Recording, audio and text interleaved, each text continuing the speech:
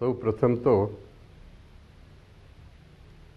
સર્વાવતારી સર્વોપરી ભગવાન શ્રી સ્વામિનારાયણના ચરણોમાં પ્રાર્થના સહ વંદન કરીને એમનો હું આભાર માનું છું. We are very thankful two almighty કે આવો વિચાર આચાર્ય મહારાજને એમણે આપ્યો. સદવિચારના પ્રેરક શ્રીહરિ પોતે જ હોય છે અને એ વિચારને આચાર્ય મહારાજ શ્રીએ ઇમ્પ્લિમેન્ટ કર્યો કે આપણે મંદિરો તો દરેક જગ્યાએ નિર્માણ થતા હોય છે અને અનેક સત્સંગીઓ એનો લાભ લે છે, મોક્ષના ભાગી બને છે. પણ આવું એક સંકુલ તૈયાર કરીએ કે જ્યાં જીવાત્માઓ આવીને એક દિવ્યતાનો અનુભવ કરી શકે છે. આવી મોટી જમીન લઈને અને આ સંકુલનું નિર્માણ કરવાનો વિચાર આચાર્ય મહારાજને આવ્યો. એમને ખરેખર ધન્યવાદ પાઠવું છું. એમની સાથે જે યુવાનો જોડાયેલા છે, આઈએસઓના કાર્યકર્તાઓ છે, એમને પણ ખૂબ ખૂબ ધન્યવાદ આપું છું કે એમના આ વિચારને એમણે સપોર્ટ કર્યો. સર્વાવતારી શ્રીહરિ અને પરમ કૃપાળુ શ્રી નારાયણ દેવના ચરણોમાં પ્રાર્થના કે આપણું આ દેવસ્ય જેનું નામ આપવામાં આવ્યું છે એ રિટ્રીટ અનેક અસંખ્ય ત્યાં સત્સંગીઓ મુમુક્ષુઓ આવીને અને ભગવાન સન્મુખ થાય, એક દિવ્ય અનુભવ કરે, દિવ્ય અનુભૂતિ કરે, જેથી કરીને એમનું દરેક પ્રકારે રૂડું થાય. આ આયોજનમાં આઈ વુડ વિશ કે સત્સંગીઝ થ્રુઆઉટ ધ ગ્લોબ, સમગ્ર દુનિયાના સત્સંગીઓએ એમાં દે શુડ કોન્ટ્રીબ્યુટ કે જેથી કરીને આપણું એક યુનિક રિટ્રીટ બને, યુનિક સ્થાન બને અને સર્વાવતારી શ્રીહરિનો આપણા સૌ પર ખૂબ રાજીપો ઉતરે. આશીર્વાદ સાથે, ધન્યવાદ સાથે, જય સ્વામિનારાયણ.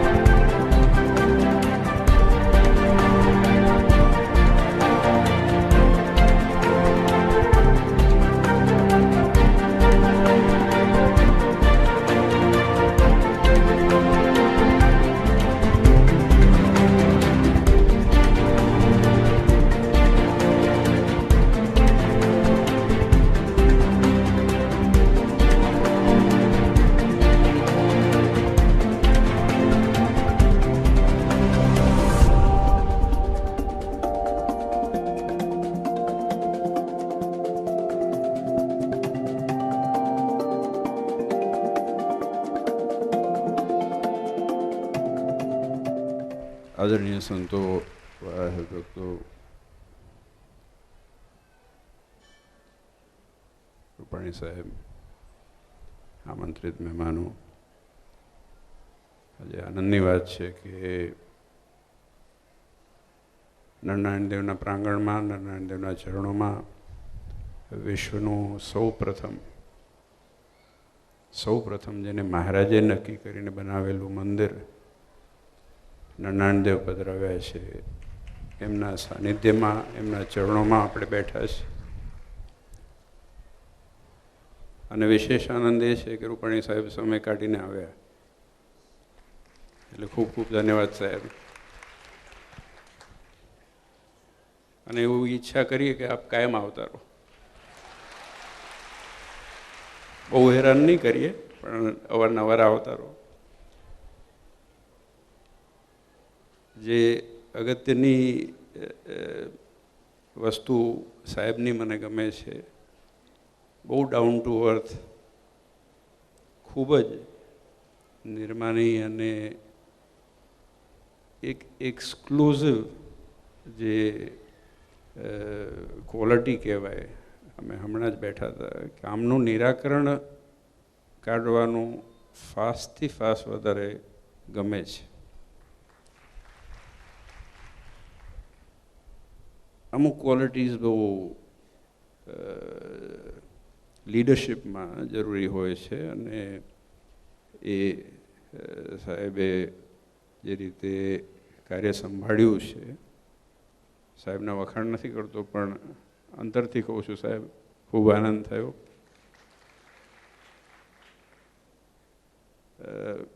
મારે વધારે સમય નથી લેવા દેવસ્યનું, એટલા માટે તમને બધાને જાણ કરવાની ઈચ્છા થઈ કે આપણે આવતા આપણા જ દીકરા દીકરીઓ વિદેશમાં વસે છે. આપણા જ દીકરા દીકરીઓ, તમારામાંથી ઘણા લોકો હશે જેના દીકરા દીકરીઓ આપણા ઇન્સ્ટિટ્યુશન ન્યૂઝીલેન્ડથી લઈ અને નોર્થ વેસ્ટ કેનેડા સુધી છે. કોઈ છેડો બાકી નથી.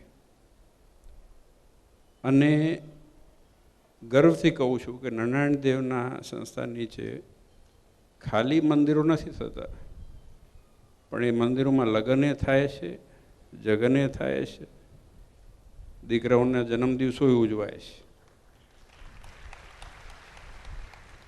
દીકરા દીકરીઓના લગ્નોય નક્કી થાય છે. અને આવતા 10 મહિનાની અંદર બીજા 8 મંદિરો, 8 સંસ્થાઓ ઊભી થશે. અને આ દિવસે વધારેલું, આ 525 ઘણું વધારેલું. ઘણી વખત લોકો પૂછતા હોય છે કે તમે વિદેશ આટલું શેના માટે જાઓ છો? તમારા જ દીકરા દીકરીઓ માટે જઈએ છીએ. આમાં કંઈ હવાદ નીકળે એવું નથી. એક દિવસ ટ્રાય કરીને જોજો તો ખબર પડશે પાછા આવ્યા પછી શું દશા થાય છે.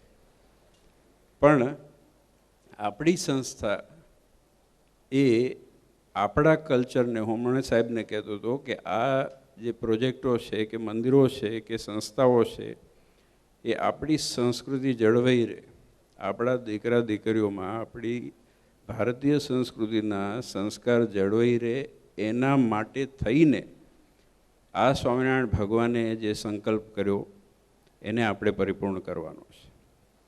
એક બીજી અગત્યની વસ્તુ કહું, હું વધારે સમયના છેલ્લી વાત કહું છું.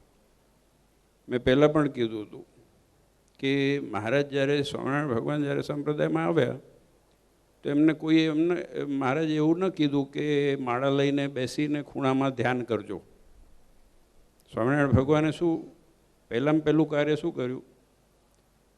કૂવા ખોદાવડાવ્યા, વાવો કરી, અન્નક્ષેત્ર કર્યા. માણસાઈનું કાર્યથી શરૂઆત કરી, જેવા તેવા હતા એને માણસ બનાવ્યા અને પછી ભગવાન તરફ લઈ ગયા. પહેલું પગથિયું માણસાઈનું છે. માણસાઈ વગર જો માણસ પગથિયા ચડે ને ભગવાનના, તો ભગવાન નહીં નડે. ખરું ને સાહેબ?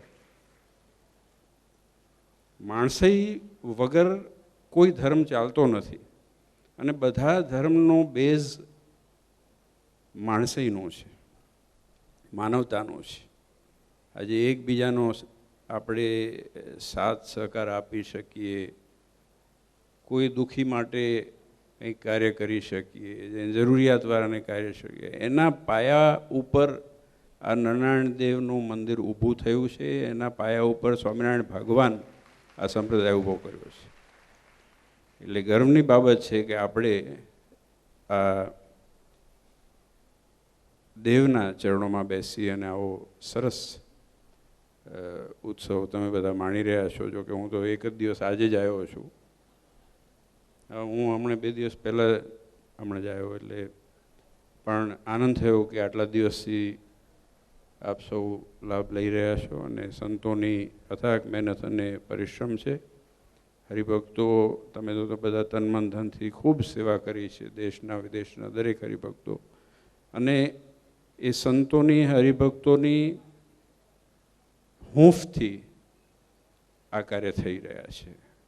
તો ફરી એકવાર આપ સૌને અનેક અનેક ધન્યવાદ. અને ખાસ કરીને આપણા સીએમ સાહેબ અને જોડે આવેલા આપણા મેયર સાહેબ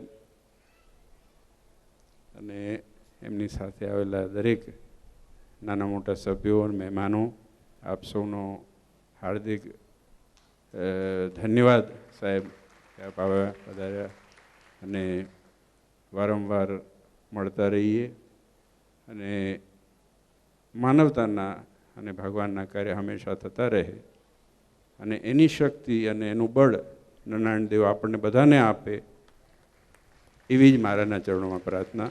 ધન્યવાદ. અત્રે ઉપસ્થિત આચાર્ય પૂજ્ય શ્રી કૌશલ્ય પ્રસાદજી મહારાજ, પૂજ્ય શ્રી વ્રજેન્દ્ર પ્રસાદજી મહારાજ, સૌ કોઠારી સ્વામી, સંતો, મહંતો, મેયર શ્રી ગૌતમભાઈ અને સૌ ભક્ત ભાઈઓ અને બહેનો, આજે ભગવાન સ્વામિનારાયણ પોતે અહીંયા આ મંદિર બનાવ્યું અને નરનારાયણની મૂર્તિ પ્રતિષ્ઠા કરી, એવું ઐતિહાસિક અને સ્વામિનારાયણ સંપ્રદાયમાં સૌથી જૂનું આ મંદિરમાં એનો મહોત્સવ જ્યારે ઉજવાઈ રહ્યો છે, ત્યારે અહીંયા દર્શન કરવાનો મને જે લાભ મળ્યો, આપ સૌને મળવાનો લાભ મળ્યો, એ માટે હું મારી જાતને ખૂબ ભાગ્યશાળી સમજું છું.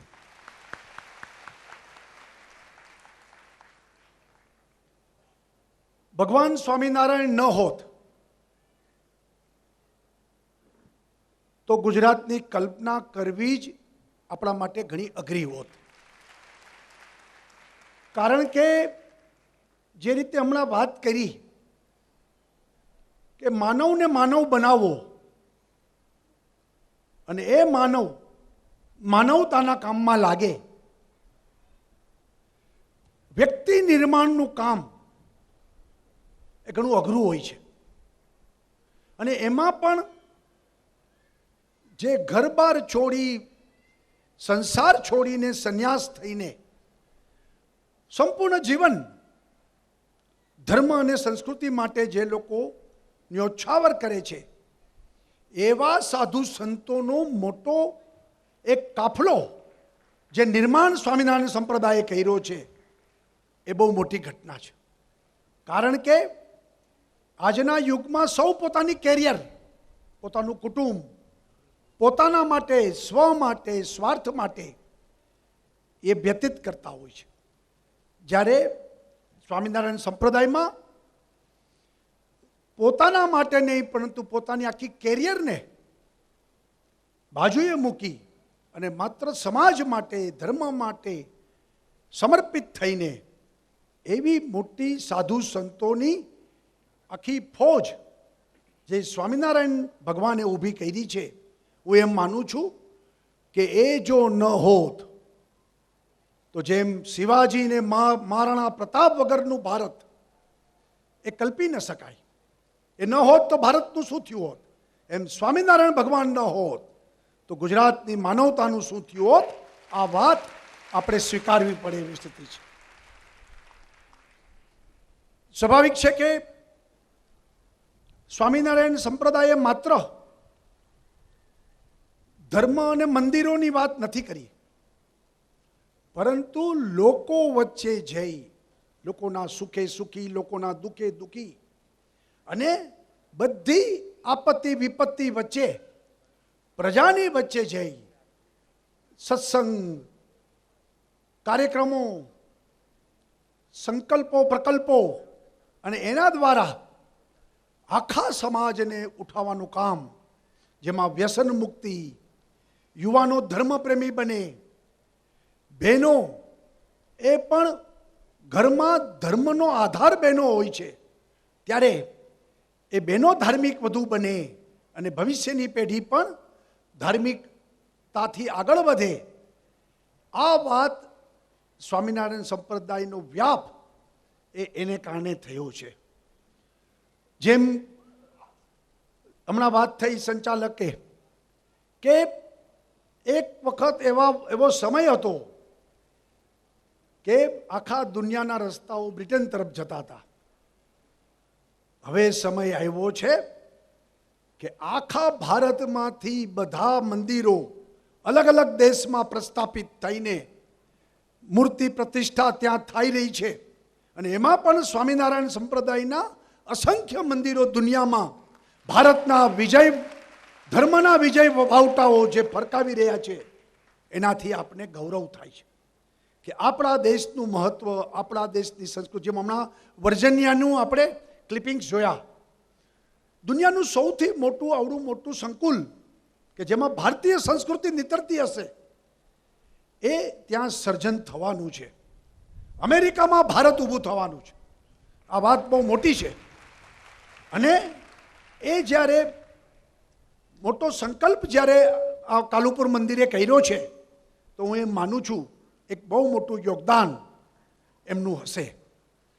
આપણે સૌ જાણીએ છીએ કે છેલ્લા 3 વર્ષમાં નરેન્દ્રભાઈ મોદી જે પ્રયત્ન કરી રહ્યા છે અને ભારતની પ્રતિષ્ઠાને દુનિયામાં શ્રેષ્ઠ ભારત બને એ માટે નરેન્દ્રભાઈ જે પ્રયત્ન કરે છે, ઘણા બધા જેને કહીને ઘણા વખત પછી એક નિરાશામાંથી, હતાશામાંથી એક નવો વિશ્વાસ, નવી આશા આ દેશમાં જાગી છે. ત્યારે ગુજરાત પાછું ન રહે, કારણ કે આ ગાંધીનું ગુજરાત છે, આ સરદારનું ગુજરાત છે, આ ગુજરાત એ સ્વામિનારાયણ ભગવાનનું ગુજરાત છે. અને એ ગુજરાત કોઈ પણ સ્તરે પાછું ન રહે એ માટે આપણે પ્રયત્નશીલ છીએ. અને અત્યારે તો મોસાળે માં પીરસનાર છે, દિલ્હીમાં નરેન્દ્રભાઈ બેઠા છે. અને એવે વખતે ગુજરાતની વિકાસની હરણફાળ થાય, છેવાડાના માનવી સુધી વિકાસના ફળ પહોંચે, ગરીબ, ખેડૂત, ગામડું, કિસાન, પીડિત, શોષિત, એના માટે સરકાર સમર્પિત છે. અને એ દિશામાં આ ગુજરાતની સરકાર આગળ વધી રહી છે. હમણાં તાજેતરમાં વિધાનસભામાં 24 બિલ અમે લોકોએ પારિત કર્યા. એમાં 3 મહત્વના બિલ અમે પારિત કર્યા છે. ભાઈઓને, સ્વામિનારાયણ સંપ્રદાયના ભાઈઓને તો ગમે, પણ આમ ભાઈઓને ગમે નહીં, પણ મારી બહેનોને ગમે. આ ગુજરાતમાં દારૂબંધીને અમારી સરકારે કડક કરી છે. કારણ કે અસંખ્ય કુટુંબો દારૂમાં બરબાદ થયા આપણે બધાએ જોયા છે. નવી પેઢી એ નશાના લતમાં બરબાદ ન થાય એની ચિંતા સરકાર કરી રહી છે. એટલે તમામ હુક્કાબાર ઉપર પ્રતિબંધ મૂક્યો છે આપણે.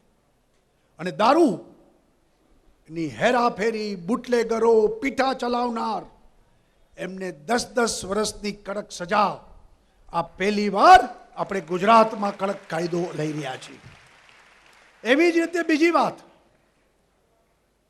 મેં પહેલા કીધું એમ, ગાંધી, સરદાર, સ્વામિનારાયણનું ગુજરાત છે. ત્યારે આ ગુજરાતમાં ગાયોની દયા ન ખાનાર, ગાયોની કતલ કરનાર, એની દયા ખાવા માટે આ ગુજરાત સરકાર એક ક્ષણ પણ અમે રાહ જોવાના નથી, એની દયા ખાવાના નથી. આજીવન કેદ, આખા ભારતમાં સૌથી વધુ કડક કાયદો, ગૌહત્યા કરનારને આજીવન કેદ. અને ગૌ માંસની હેરાફેરી કરનાર વાહનો હવે છૂટશે નહીં. જિંદગીભર રાજ્યસ્ત્ર અને 10-10 વર્ષની સજા. આ પ્રકારની ગાય આપણી માતા છે. 33 કરોડ દેવતાઓનો વાસ છે. ગાય, ગંગા, ગીતા આપણા માનબિંદુઓ છે અને એનું રક્ષણ કરવું આપણી જવાબદારી છે. અને ગાય માત્ર શ્રદ્ધા નહીં, પણ આવનારા દિવસોમાં ગામડામાં આ ગાય દ્વારા આર્થિક ઉપાર્જન, ગુજરાતમાં ઘી દૂધની નદીઓ વહે, ગાયોની નસલ સુધરે, કાંકરેજ અને ગીરની ગાયો વધુ ને વધુ ઉત્પન્ન થાય, જર્સી ગાયો બંધ થાય અને ગામડામાં ખેડૂત પાસે જે ગાય હોય એ 15, 20, 25 લીટર દૂધ આપતી હોય, આવકનું મોટું સાધન બને. અને એના માટે તાલુકે નંદી ઘરની યોજના સરકારે જાહેર કરી છે.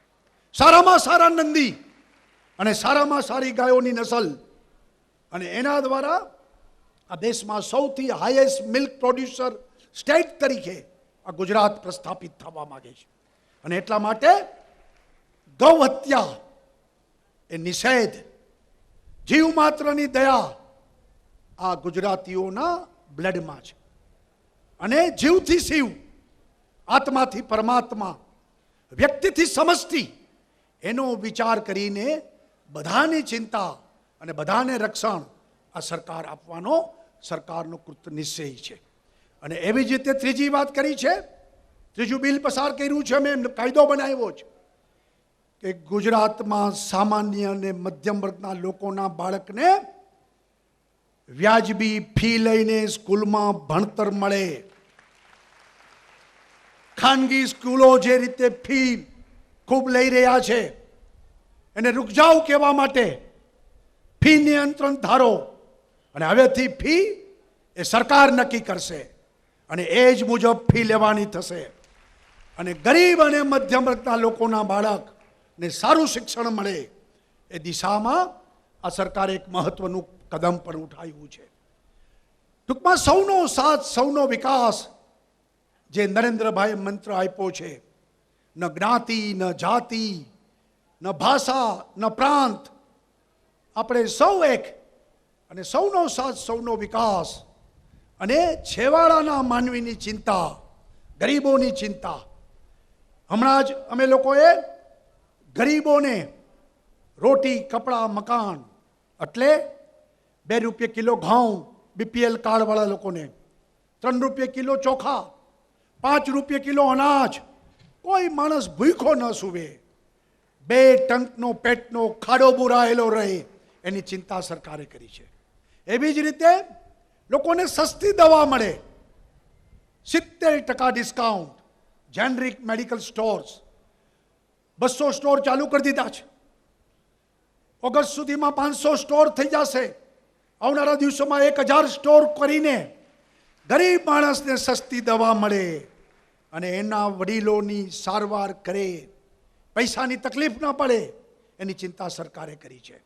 સાથે સાથે 1.5 લાખ રૂપિયા જેની વાર્ષિક આવક છે એવા 35 લાખ કુટુંબોને અમૃતમ અને વાત્સલ્યના કાર્ડ આપ્યા છે કે જે અંતર્ગત cancer, heart attack, brain, kidney, liver, એના ઓપરેશનો, એમાં આ કાર્ડ જેની પાસે હશે એને 2 લાખ રૂપિયા એના ઓપરેશનના ખર્ચમાં અમારી રાજ્ય સરકાર આપશે. 2 લાખ રૂપિયા આપશે. અને કોઈ પણ ગરીબ માણસને ઓપરેશનની તકલીફ ન પડે એની ચિંતા સરકાર કરી રહી છે. અને આ જૂન મહિનાના અંતમાં અથવા જુલાઈના ફર્સ્ટ વીકમાં જે બાંધકામ શ્રમિકો છે, જેમાં ખાડા ખોદવાવાળા, કડિયા, બહેનો જે માથે બકડિયા લઈ, ટોપલા લઈને કામ કરે છે, બહેનો, રંગ રોગવાનવાળા, પ્લમ્બર, ઇલેક્ટ્રિશિયન, સુતાર, આ બધા માટે અન્નપૂર્ણા યોજના, 10 રૂપિયામાં ભોજન અને સારામાં સારું ભોજન આ રાજ્ય સરકાર આપશે.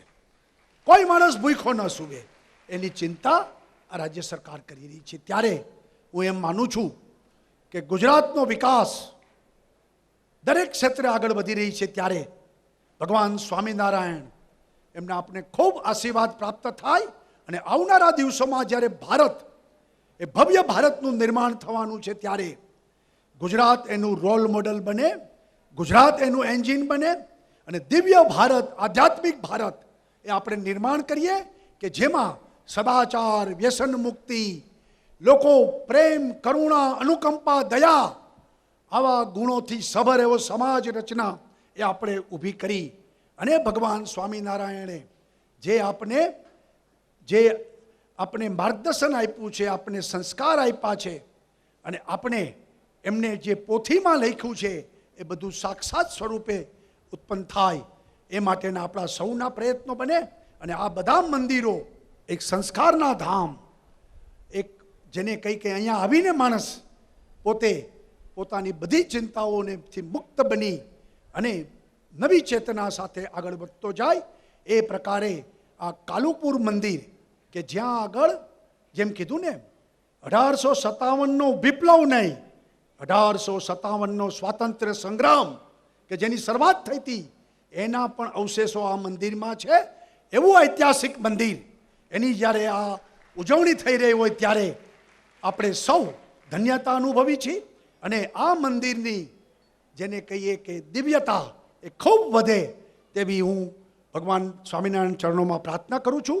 આપ સૌને મળવાનો મને જે આનંદ પ્રાપ્ત થયો, સૌભાગ્ય પ્રાપ્ત થયું તે માટે આભાર. ભારત માતા કી જય.